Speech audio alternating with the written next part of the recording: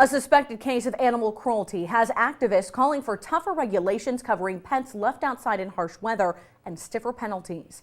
As 27 First News reporter Gerry Riciutti explains, one such case landed a Campbell woman in court this morning.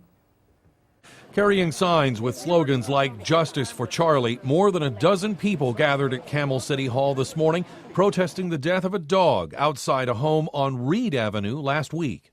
We would like to see that dogs deserve better, not being chained outside, being brought in for the elements.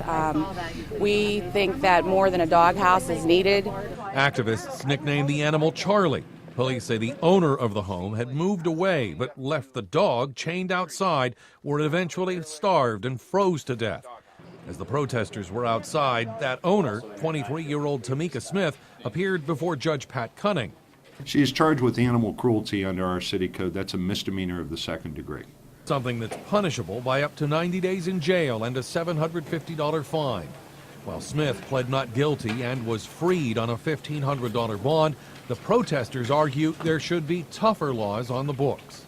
There needs to be change, and from what I understand, Campbell's working on some tethering ordinances. I know a couple other municipalities are also working on tethering.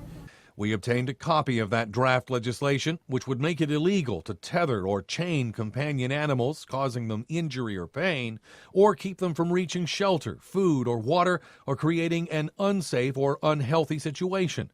The city's law director tells us sometimes regulations are best written in general terms.